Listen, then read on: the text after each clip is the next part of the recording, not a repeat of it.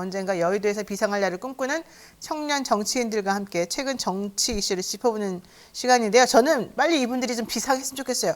매년 언젠가 비상하겠지. 이거 좀 안 했으면 좋겠어요. 신인규 변호사님 그리고 황희두 노무현재단 이사 모시겠습니다. 두 분 어서 오십시오. 네, 안녕하세요. 아니 신 변호사님 도대체 언제 비상하는 거예요? 맨날 이 얘기를 내가 지금 몇 달째 하고 있는지 알아요? 네, 하여튼 다 때가 있다고 저는 생각을 하기 때문에 지금 제가 할 수 있는 일이라는 것은 많진 않지만은 네. 그래도 옳고 그름에 대해서 좀 소신 있게 목소리를 내는 것이 제가 지금 해야 될 일 아닌가. 그 역할에 충실하고자 합니다. 우리끼리 한번 해볼까요, 황 이사님? 아니, 너무 답답해가지고 요즘에 정말 방송을 할 수가 없네, 진짜 내가.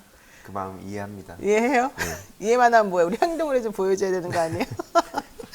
자, 어쨌든 답답한 사람들끼리 모여가지고 한번 해보겠습니다. 요즘 정치권에서 이런 식의 화법이 유행한다고 해요. 한동훈식 객관식 예시들기가 있다는데 자, 요즘 한동훈 위원장 왜 이럽니까? 어쨌든 저희도 그래도 따라하겠습니다. 우리는 따라쟁이. 자, 객관식으로 한번 해보겠습니다. 김종인 전 위원장이 개혁신당의 공관위원장직을 수락했어요. 자, 왜 수락했을까? 1번. 정답이 이 안에 있을지 없을지 솔직히 잘 모르겠습니다만 1번. 이준석에게 별의 순간이 찾아왔다. 이것 때문에 수락한 것이다. 2번. 민주당이고 국힘이고 안 불러줄 것 같기 때문에 할 수 없이 간 것이다. 3번. 개혁신당만이 한국 정치의 희망이기 때문에 간 것이다. 난 정답이 있다고 봅니다. 몇 번일까요? 혹시 복수 정답은 아닙니까? 복수 정답 괜찮습니다. 복수 정답 괜찮습니까? 네. 그럼 전 1번, 2번을 고르겠습니다. 1번, 2번? 오, 예. 이준석에게 별의 순간이 찾아왔다. 이것도 정답입니까? 그러니까 저는 그러니까 김종인 위원장 입장에서는 아마 이제 이분이 별의 순간 그 간별사 시즌에서 박근혜, 문재인, 윤석열 그리고 이번에 이제 이준석 대표한테 이제 베팅을 한 거 아닌가 싶어서 1번을 골랐고요. 또 2번 같은 경우는 양쪽에서 이제 다 안 불러주는 것도 현실적인 이유이기 때문에 개혁신당에 합류하신 게 아닌가. 근데 저는 큰 효과는 없을 것이다. 저렇게 생각합니다. 그래요. 그러니까 일단 민주당이고 국힘이고 안 불러주니까 간 것도 맞고 대신에 이준석에게 별의 순간이 찾았다고 생각한 것도 맞고 근데 이제 그 별의 순간이라는 판단이 맞을지 틀릴지는 또 평가를 또 따로 해봐야 되는데 김종인 위원장님의 그 생각 속에는 네. 이준석 대표에 대해서 상당히 저는 기대를 갖고 있는 거 아닌가라는 생각이 좀 듭니다. 금간 기둥서방님께서 5번을 보내주셨어요. 노영희 변호사를 안 불러줘서. 5번이겠네요. 5번이 정답인 것 저도 같습니다. 바꿀게요. 5번. 자, 우리 황희두 이사님은 어떻게 몇 번을 하겠습니까? 저도 사실 그 사이에서 하나만 골라야 되면 뭘 해야 되나 생각을 했었는데 저도 사실 1, 2번이랑 똑같은 생각이고 별의 순간이라고 볼진 모르겠지만 아무튼 이준석 씨와의 관계에 대해서는 계속 언론을 통해서도 나왔었고 네. 그런 기대를 갖고 있다고도 계속 얘기를 하지 않았습니까? 그래서 그냥 그런 차원에서 갔지만 아까 말씀 주셨듯이 그게 과연 얼마나 큰 도움이 될까는 좀 저도 별 잘 모르겠습니다. 저는 2번이라고 생각하고요. 예, 1번은 별의 순간까지는 아닌 것 같고 다만 여기에 들어있지 않은 4번도 하나 저의 생각은 김종인 위원장 그렇게 사람이 많이 찾아온대요. 김종인 위원장에게. 그 사무실에 이분이 연세도 많으시지만 하긴 얼마나 많은 정치 낭인들이 찾아오겠습니까? 그분들 중에는 이분을 위해서 또 도움을 많이 준 사람도 있겠죠. 그러니까 그분도 또 그 사람들을 챙겨야 되는 부분들이 있겠죠. 어쨌든 당에 들어가면 번호가 되든 안 되든 어쨌든 번호를 밀어주는 그래서 뭔가 좀 도와줘야 되는 그런 사람들이 항상 정치인은 있기 마련이거든요. 저는 그래서 그런 친분 있는 혹은 도와줘야 되는 사람을 조금이라도 밀어줘서 뭔가 좀 교두보를 마련해줘야 되는 그런 필요성 한두 명 정도는 있을 것이다. 그런 걸 개혁신당에서 해준다고 했기 때문이 아닐까 이런 생각도 좀 개인적으로 해봤습니다. 왜 비웃어요? 아니 그게 아니라 저는 이제 김종인 위원장이 사실 보수 쪽에서만 놓고 보면은 이분이 보수 인사는 절대 아니고요. 근데 보수 정당이 다 죽어갈 때 그래도 일부 약간 상식적인 관점까지 이동시킨 공로는 분명히 있습니다. 근데 저는 그럼에도 불구하고 개혁신당이라는 이름으로 이분들이 출발을 했고 그동안에도 원칙 없이 통합을 반복하고 열흘 만에 국민들 앞에서 약속을 깨버리고 굉장히 불완전한 모습을 보여줬잖아요. 그러니까 이분들이 말하는 개혁이라는 것이 실체가 없고 내용이 없는 거거든요. 근데 김종인 위원장 모셔다가 이분이 정치를 한 50년 하신 분인데 아직도 개혁의 칼자루를 김종인에게 줘야 된다라고 하는 개혁신당의 세력이라면은 저는 그들이 말하는 개혁은 완전히 이제 신기루에 불과하다라는 것이고 이것이 그럼 또 과연 새로움인가? 언제까지 우리가 김종인 위원장을 통해서 한국 정치는 굴러가야 되는 거에 대해서 근본적인 의문이 있기 때문에 저는 개혁신당이 이번에 김종인 위원장을 공관위원장으로 모시면서 사실상 비대위원장으로 앉힌 거랑 똑같거든요. 전 국민들께서 다 알고 계시기 때문에 저는 개혁으로 보기에는 매우 어렵다. 저렇게 생각합니다. 네, 맞아요. 그러니까 실제로 이준석 씨 같은 경우에도 본인이 큰 꿈을 갖고 있다는 건 다들 알잖아요. 그리고 실제로 그런 모습들을 보여주려고 했지만 그 말씀하셨듯이 말도 안 되게 잡탕을 만들어 버려 갖고 본인이 이제 그 소중하게 생각하는 펜코 지지층이 떠나가고 다시 그걸 붙잡았는데 그러고 나서 딱 주의를 보니까 이제 답이 없어진 거죠. 그러니까 이제 부랴부랴 그렇게 모시긴 했지만 결국엔 이걸 다 보시는 사람들이 판단을 하기 때문에 오히려 이건 이준석 씨 입장에서도 큰 실책이라고 생각을 합니다. 개인적으로. 급하니까 네. 모셔왔지만 네. 그러면 그럴수록 본인의 개인적인 역량이 더 떨어지는 거고 그나마 갖고 있던 무기들도 하나씩 계속 없어지는 게 아닌가 그렇게 생각합니다. 그러니까 쉽게 말해서 보수 진보는 이제 지금 양당 결집 체제로 돼 있고 중도에서는 아니면 청년들 표심 이제 여기가 캐스팅 버터로 남아 있고 이제 평가를 보류한 계층인데 네. 아니 누가 김종인 위원장을 보고서 미래를 맡기고 싶겠습니까? 그리고 개혁 신당인데 김종인 위원장이 해야 될 개혁이라 그러면 이미 많이 본 거거든요. 네. 그분이 십몇 년 동안 개혁을 많이 해왔잖아요. 그래서 저는 이미 그 수명은 다한 거 아니냐 저 그렇게 생각합니다. 자, 새누리당, 더불어민주당, 미래통합당, 국민의힘, 개혁신당 5개예요. 5개 당의 이 제일 높은 부대위원장, 뭐 선관위원장 이걸 다 했어요, 이분이. 노익장이냐 노역이냐 이러는데 결과론적으로는 득이 되냐 독이 되냐 이 평가만 남아 있습니다. 그냥 한마디로만 하고 넘어가겠습니다. 독이다 득이다. 독이다 득이다.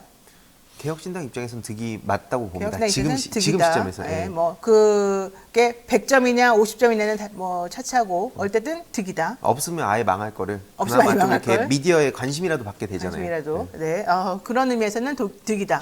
근데 장기적으로는 독이죠. 장기적으로는 저는 독이다. 독이고 이게 지금 아까 잡탕 정당 그 이념 혼합 얘기했는데 그게 6억짜리 잡탕밥이에요. 그러니까 얼마나 그 비싼 잡탕밥입니까 사실은. 네. 그래서 저는 김종인 위원장 아마 대개는 점퍼가 알록달록하게 색깔별로 다 있을 거예요. 그러니까 이게 바로 한국 정치의 기회주의성을 저는 그대로 보여주는 거 아니냐. 그래서 저는 장기적인 관점에서는 개혁신당에는 이거 완전히 독이다. 저는 그렇게 생각합니다. 저도 장기적으로 완전 공감합니다. 다만 이제 장기적으로. 급한 상황에서 본인들의 할 수 있는 그나마의 선택이 아니었나. 네. 길게 보면 독이죠 당연히. 그렇군요. 자, 김종인 위원장의 개혁신당에 가면서 이준석 대표가 지역구 출마지를 대구로 간다는 이런 소문이 나왔어요. 근데 제가 듣기로는 원래 이준석 대표가 노원병은 좀 힘들고 뭐 화성 쪽으로 다시 한번 틀었다가 왜냐면 자기를 지지하는 2030 세력이 새로 운집해 있는 그리고 새로 이제 구가 만들어지는 그곳으로 가려고 했다가 거기에 좀 여의치 않아서 고민을 좀 하고 있다. 비례로 나간다. 막 이런저런 소리를 제가 들었어요. 왜냐면 이준석 대표의 가장 큰 목표는 무조건 원내 진입이거든요.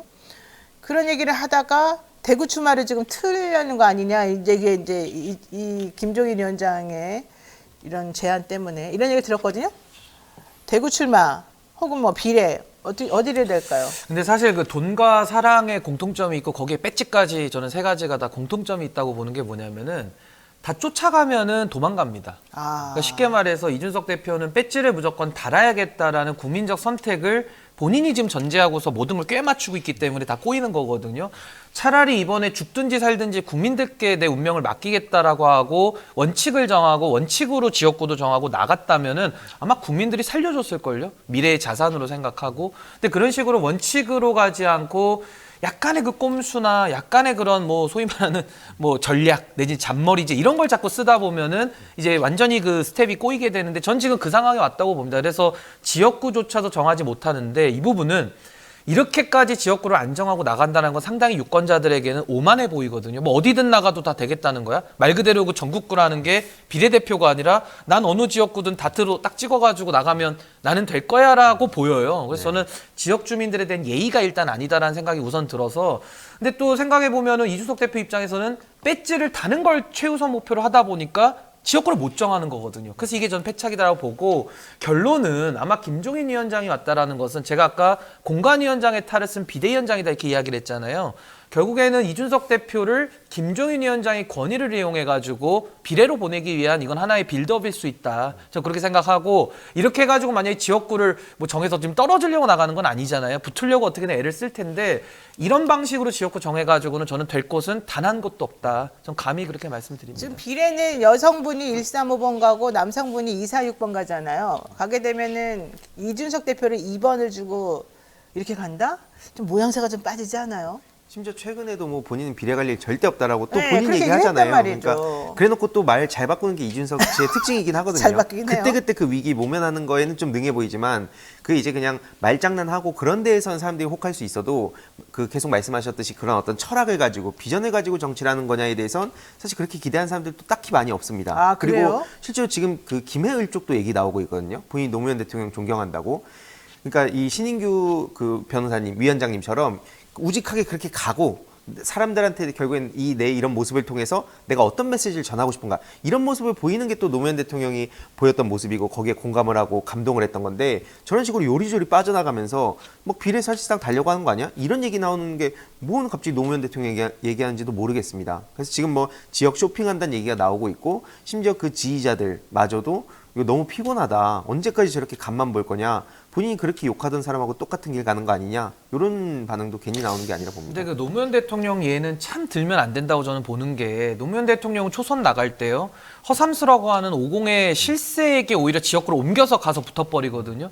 그러니까 이거는 노무현 대통령의 사례와는 완전히 다른데 지금 이준석 대표는 이제 말로만 그렇게 하는 것이고 전 이번 총선을 통할 이 과정을 통해서 하나 이제 국민들이 알게 되신 것이 이준석 대표의 말이 얼마나 참 공허하냐. 예를 들면 국민 앞에 통합을 약속해놓고 이낙연, 이준석 두 지도자가 손을 잡다가 열흘 만에 깨버리거든요. 이거는 사인 간의 약속도 그렇게 열흘 만에 어기면 그 사람하고는 거래가 안 됩니다. 근데 국민들 앞에 약속을 해놓고서 밥 먹듯이 약속을 뒤집어 버리니까 지금 이준석 대표가 지역구 나가겠다라고 아무리 얘기를 해도 아니 하나를 보면 열을 알고 방금 전에도 말을 안 지켰는데 이 말은 또 어떻게 믿냐라는 게 신뢰를 줘야 되거든요. 그래서 저는 이낙연, 이준석 이 두 분의 정치적인 그런 말의 무게, 그 신뢰에 대한 약속 이런 것들이 저는 많이 좀 흔들리고 있다. 그래서 이준석 대표가 아까 제가 말씀드린 대로 배지를 달겠다라는 것을 지금 최우선 목표로 하고 있기 때문에 그렇다면 시간이 지날수록 당세가 확장이 안 된다면은 지금으로서 비례밖에 가는 방법 말고는 없거든요. 그래서 또 한 번 말을 바꾸면서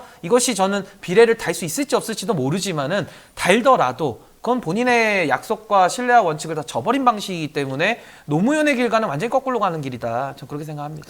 그러니까 그 개혁신당이 좀 애매한 게 지금 보세요. 개혁신당에 들어가 있는 수많은 의원들 이게 지금 3번을 안 달고 지금 현재 더 확장이 안 되면 뭐 4번, 5번 정도로 될 텐데 근데 거기에 가장 1등 공신들은 이준석 대표이기도 하겠지만 사실은 국회의원들은 또 본인들이라고 생각할 거란 말이에요. 내 의석이 얼마나 중요한데 그쵸. 이렇게. 근데 그분들이 지금 현재 지역구로 나간 사람도 물론 있겠지만 자기네들도 만약에 지역구 나가서 좀 까리까리한 사람들 같으면 나도 번호 줘 막 이러면서 서로 이제 막 싸울 가능성이 좀 높단 말이죠. 게다가 이준석 대표는 이낙연 대표한테 갈라서게 된 결정적 계기가 모두 다 지역구 나가서 했다가 갈라서게 됐다는 게 주장인 거잖아요. 근데 본인들은 이제 이낙연 대표 쪽 떠나고 나니까 우리는 그러면은 다 비례로 나갈 거야. 이렇게 하는 것도 좀 애매하고 그렇다고 해서 우리가 지역구 나갈게 하기도 좀 애매해요. 왜냐하면 지역구에서 표 얻기가 사실 쉽지가 않거든요.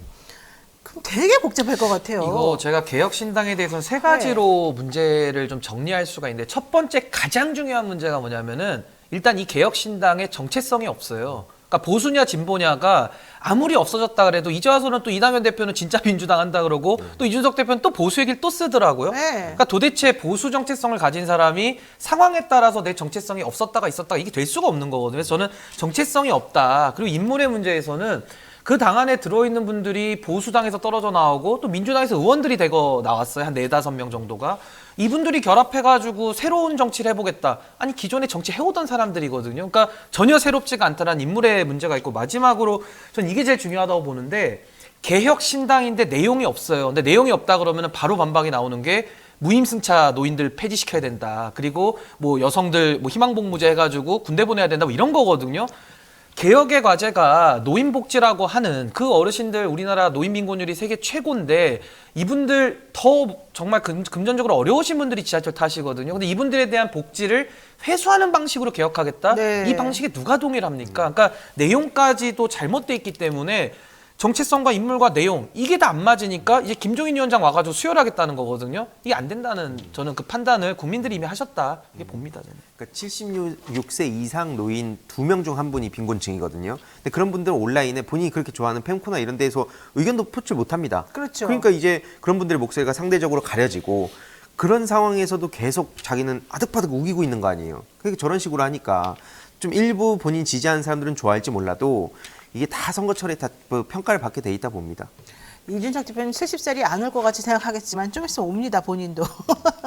자, 요 얘기도 해보겠습니다. 국민의힘 첫 경선 결과가 주말 저녁에 발표가 됐는데요.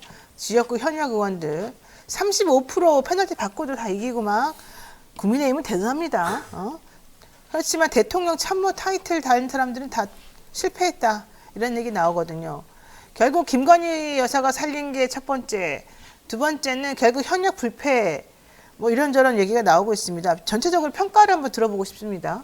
뭐 조용한 공천이라고 하면서 상당히 좀 자랑을 많이 하던데 그냥 국민의힘은 무변화. 그리고 이제 그 더 이상 생명력을 잃어버린 정당의 모습을 그대로 보여주고 있다라고 저는 생각을 합니다.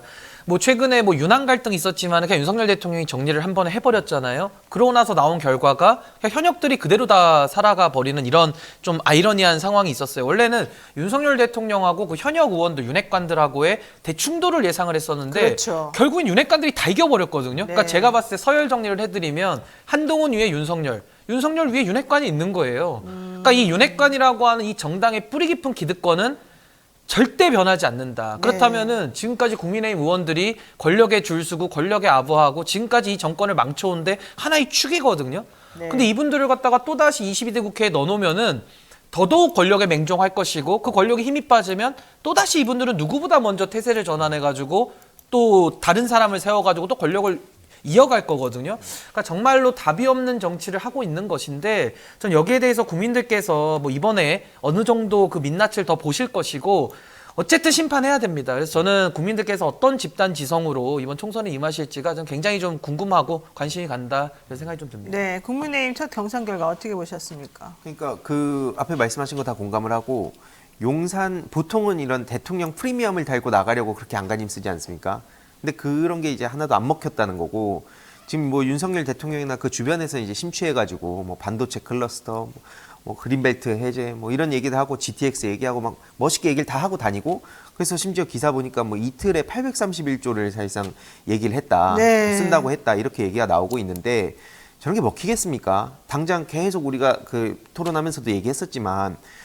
일반 서민 중산층들의 주머니가 증명하는 거거든요. 아무리 저들이 막 뭐 윤석열 뭐 오빠 짱 잘생겼어요 이런 기사로 한다고 해서 도움이 되는 게 아니라 오히려 비호감만 삽니다. 근데 그런데 지금 대통령실 출신이라고 하면 뭐 일부 좋아하는 사람도 있겠습니다만 뭐 그건 먹히지도 않고 기존에 결국엔 그 지역에서 정치를 하던 사람들이 또 뭐 뒤에서 이제 피 튀기는 경쟁을 하고 있던데 다른 지역들도 다 비슷할 거라 봅니다. 근데 군사보호구역 해제하고 우리 대통령이 여의도 면적이 막 117배인가 뭐 이렇게 넘는 엄청난 면적을 다 막 풀어주고 그린벨트도 해제해주고 민생 토론이라고 하면서 막 일주일에 몇 번씩 다니시면서 벌써 열 몇 번째 하고 있잖아요.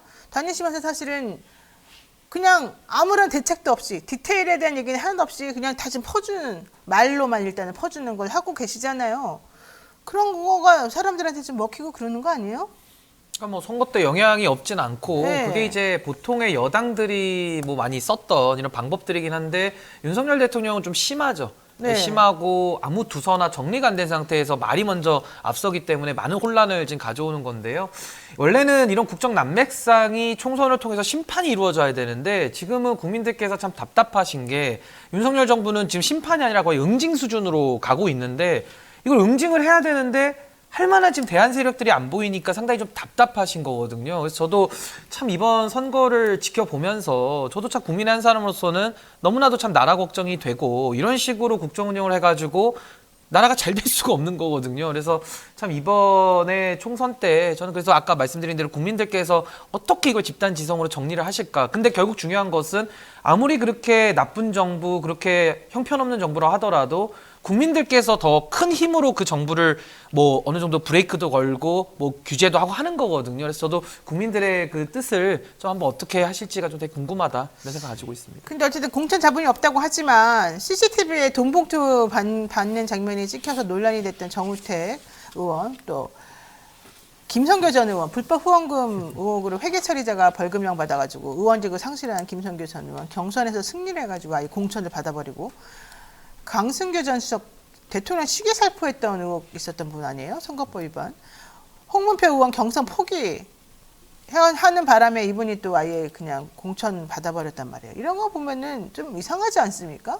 매우 이상하고요. 그 네. 홍문표 의원 같은 경우에는 어제 뭐 아직 확정이라는 기사는 아닌 것 같은데 무소속으로 지금 나갈 수 있다는 얘기가 또 나오고 있습니다. 그러니까 사선인데. 네, 사선인데, 그러니까 그 안에서도 지금 일시적으로 그 잡음을 없애는 것처럼 그렇게 포장을 해주고 있지만 이게 튀어나올 수밖에 없거든요. 특히 시간이 지나면 지날수록. 그래서 저런 식으로 일시적인 꼼수 부리면서 넘어가려고 하는 거는 그러니까 차라리 그냥 뚫고 가면 어쨌든 다시 3월 정도 되면은 본격적으로 그 지역의 공약이라든지 뭐 인물로 승부를 보게 될 텐데 뭐 저렇게 무리하게 덮나 싶습니다.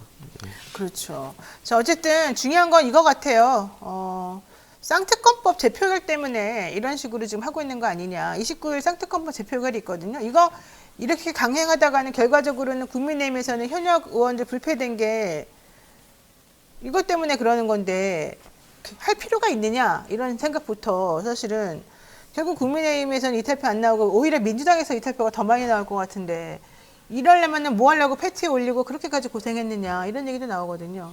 근데 저는 이 쌍특검법 관련해서는 이게 사실 수사에 관한 부분 아닙니까? 물론 대통령이 자신의 가족에 대해서 거부권을 쓴다는 것 자체가 저는 문제라고 지적을 했고 있을 수 없는 일이죠. 그래서 국회로 공이 넘어왔는데 이거를 관례대로 처리하면 되거든요. 근데 그때 당시 이제 공천 과정을 앞두고 있었기 때문에 뭔가 국민의힘에 균열이 생기기를 기다렸던 걸로는 추정이 됩니다만은 모든 그 법이라는 것이 특히 이런 수사에 대한 업무가 그렇게 정치적으로 고려된다는 것 자체가 국민들께는 정략적으로 보이는 겁니다. 그래서 저는 사실 민주당이 당시에 뭐 권한쟁의를 얘기하고 좀 그건 말이 되지 않는 얘기들인데 국회에 따른 절차대로 처리를 안 하다 보니까 지금 이 상황이 온 거거든요. 그래서 저는 지금이라도 저는 그럼 재표결을 빨리 붙여서 저는 승부를 보는 게 맞다. 왜냐하면 여기에 대해서 만약 국민의힘이 거부권을 옹호하잖아요. 그러니까 부결을 시키잖아요.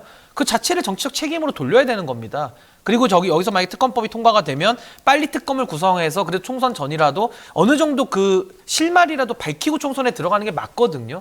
그래서 저는 이런 수사 사안에 대해서는 최대한 민주당도 정략적인 고려를 좀 빼버리고 저는 원칙 그대로 하는 것이 맞고 국민의힘 안에서도 물론 지금 가만히 보시면은 이거 이제 다 국민의힘이 안정 찾았으니까 다 부결할 것 같잖아요. 또 그렇지 않습니다. 이게 무기명 투표이기 때문에 표결을 붙이는 것이 저는 순리에 맞다. 저 그렇게 생각합니다. 어떻게 생각하세요, 이 의견에? 뭐 그렇게 가면 좋은데 또 일각에서는 어차피 쟤네들이 거부권 할 거 아는데 뭐 너네도 쇼하는 거 아니냐 또 이런 딜레마들이 또 있어가지고 여러 가지 좀 고려를 하고 있는 것 같고 저도 뭐 말씀 주셨듯이 뚫고 가는 게 맞다고 봅니다. 그리고 그 이탈표라든지 이런 것도 나올 텐데 근데 중요한 건 뭐냐면은 지금 민주당도 지금 결코 또 좋은 상황은 아니기 때문에 그런 점에서 사람들이 제일 우려를 하고 있다. 그래서 좀 빨리 결단 내리고 이번에 뭐 29일에 한다고 했으면 그대로 뚫고 가서 그걸 볼 필요가 있다고 봅니다. 그래요. 오히려 안 하고 좀 넘기는 건 어때요? 그건 옳지 않아요?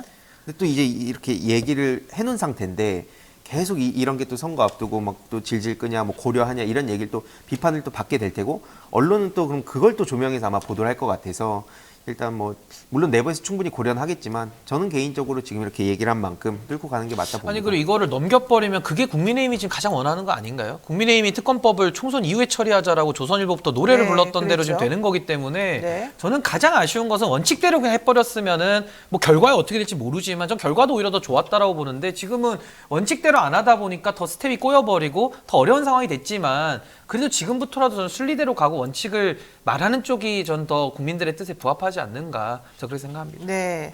자, 민주당 공천 지금 친명계는 다수가 단수 공천 받았다. 비명계는 경선에 나서게 됐다. 이러면서 지금 반발이 상당하고요. 고민정 최고 같은 경우는 나 최고위원회에 갈 필요도 없다 이러면서 지금 크게 반발하고 있습니다. 임종석 실장 빨리 해결해라 뭐 이런 얘기도 나오고 홍익표 원내대표도 은평을 김우영 강원도당 위원장 경선 나온 거 보고 이거 말도 안 된다 이러면서 지금 화를 내고 있단 말이죠. 이거 지금 어떻습니까? 황희도 의사님 보시기에는. 아니, 경선을 하는데 근데 그렇게까지 해야 되나 싶은 생각이 있고 네. 특히 여러모로 위기라고 얘기를 민주당에서도 하고 있잖아요. 그러면 네. 다 힘을 합쳐가지고 어쨌든 어떻게 대응할 것인가를 좀 보여줄 필요가 있는데 물론 이제 마음에 안 들고 짜증나는 것도 이해는 합니다. 근데 지금 이런 식으로 해버리면 또 지지층 안에서 또 분열이 되고 우리가 뭐 얘기하는 메시지 지금 공약이라든지 이런 것도 계속 하나씩 나가고 있거든요. 틈틈이. 근데 이런 거 하나도 보도가 안 될 정도로 이 이슈들이 다 빨아먹고 있습니다. 그러니까 이런 상황에서 꼭 이렇게까지 해야 되는가. 결국엔 또 잡음이 나올 수밖에 없는 거 아닙니까? 네. 왜냐면 조용하면 조용한 대로 좋은 게 결코 아니기 때문에 어느 정도의 잡음은 예상을 했었지만 지금 이런 식으로까지 해야 되나. 그래서 중성동구 갑은 오늘 뭐 결과가 나온다고 하는데 네. 좀 빨리 이것 좀 국면 넘어갔으면 좋겠습니다. 정말 답답합니다. 그 임종석 실장에게 공천 주는 건 맞아요? 저는 개인적으로 집에 가셔야 된다 생각합니다. 뭐 하시는 거예요, 이게 계속. 그러니까 이게 뭐 네. 한동훈 위원장도 계속 나와라 하면서 계속 네, 그걸 네. 도발하면서 본인 키워드로 쓰고 있지 않습니까? 물론 이제 그러다가 뭐 하문경 씨 등으로 또 여러 가지 비판을 받고 있긴 한데 그 안에서도 근데 어쨌든 이런 식으로 가는 건 아니라고 생각합니다. 네, 어떻게 보십니까? 저는 뭐 민주당의 지금 공천의 잡음은 뭐 원래 이 정도의 잡음은 늘 있어 왔던 네. 건데 지금 상대적으로 커 보이죠. 그냥 비교 평가가 되기 때문에. 근데 민주당 공천의 가장 큰 문제는요. 반성과 성찰이 전혀 보이지 않는 그냥 무컨셉 공천이에요. 그래서 이재명 대표와 그동안 좀 가깝거나 뭔가 이렇게 평가가 좀 이렇게 유착돼 있다고 보시던 분들이 타진 단수로 받고 있는데 가장 단적인 예가 지도부가 지금 다 올 단수 공천 받아서 거의 다 살아남은 상황이거든요. 그럼 그동안에 우리가 민주당 무능하다는 얘기를 많이 했어요. 잘 못 싸운다. 근데 그 지도부가 다 그냥 합격점을 받아버리는 이런 상황들이 국민들 보시기에는 이분들 또 들어가는구나. 그럼 또 무능하겠네? 그럼 또 변화가 없겠네? 이런 절망감이 좀 있는 거거든요. 네. 저는 제가 보수 정당에서 나왔습니다만은 그래도 이번 총선에서는 보수 정권 이거 심판 받아야 되는 겁니다. 저는 심판을 넘어서 응징 정도의 무서움을 저는 보여줘야 된다고 생각하는데 그러기 위해서 민주당이 좀 잘해야 되거든요. 근데 국민들의 뜻을 받아 안아야 되는데 그걸 받아 안지 못하고 지금은 지도부까지도 이렇게 흔들리는 이런 모습을 보이는 것은 매우 국민들께는 실망스러운 모습일 것이다. 저 그렇게 생각합니다. 지금 이수진 그 예. 답답한 거는 뭐 저도 충분히 이해를 하는데 네. 그 예를 들어서 또 너무 과한 측면도 있는 게 뭐냐면요. 뭐 친이낙연계로 불린 이계호 의원 전남 그 네. 담양 쪽 네, 이쪽인데 단추, 네. 갑자기 뭐 친명이 돼 있고 네, 그리고 뭐 김영진 의원도 7인회 중에 뭐 이탈했다 그러면서 또 언론이 좀 재미도 봤었어요. 그렇죠. 근데 갑자기 또 거기도 또 또 친명이 친명이 돼 돼 있고 있죠. 예. 그리고 그 김지호 그 분당 쪽 예. 그분 같은 경우에도 지금 이제 그 사실상 떨어진 상황이라고 보는 게 맞는데 네. 그런 것들에 대해서 왜 그렇게 주목을 안 하나? 그런 건 좀 너무 그러니까 과하게 비판을 하게 되는 거 아닌가? 뭐 그런 생각도 좀 듭니다. 그러니까 언론이 사실은 공정하지 않다 네. 이런 얘기도 해볼 수 그러니까 있겠네요. 이때다 저때다 하면 갑자기 치명이 돼 예, 있어요. 뭐든지 다 그냥 네. 또 단수 받으면 다 단수 치명. 받으면 다 치명이 네. 돼버리는군요. 게다가 지금 또 이수진 의원 같은 경우에 계속해서 지금 말을 막 쏟아내고 있는 중인데 김병기 의원 공간이 간사인데 또 뭐 돈이 건네졌네 어쩌네 이러면서 지금 의혹을 제기를 했습니다. 이런 의혹 제기 이거 좀 이 시점에서 상당히 조금 문제인 것 같은데 괜찮습니까?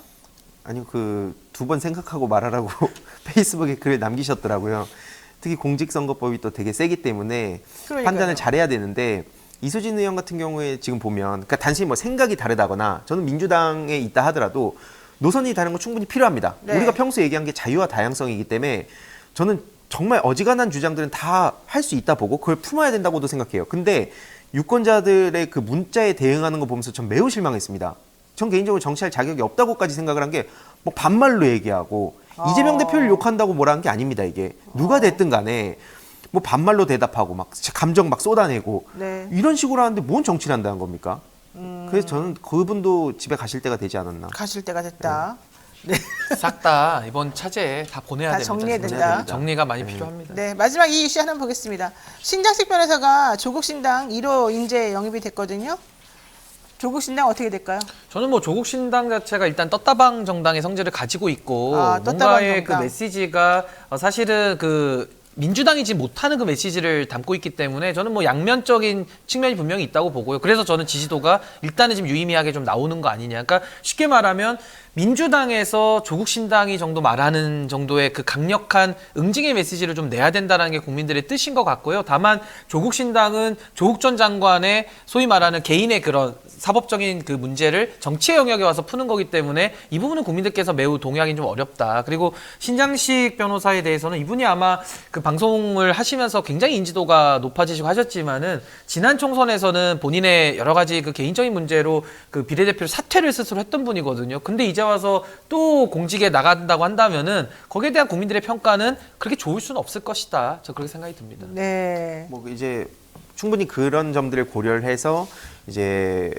앞으로 뚫고 나가겠다. 그래서 그거는 이제 평가의 영역으로 가는 건데 특히 지금 그러니까 진보 진영에서도 많이 흔들리고 있거든요. 기존의 정의당의 역할이 사실상 무력화되고 특히 노회찬의 정의당을 기억하는 분들 그분들한테 우리가 다시 그 깃발을 꼽아서 증명을 하겠다 이런 상황이기 때문에 그 하나씩 좀 이제 보면서 평가할 대목이 아닌가 싶습니다. 내일 신재식 변호사가 저희 방송 출연합니다. 내일 방송 나오니까 여러분들 많이 애청해 주시고요.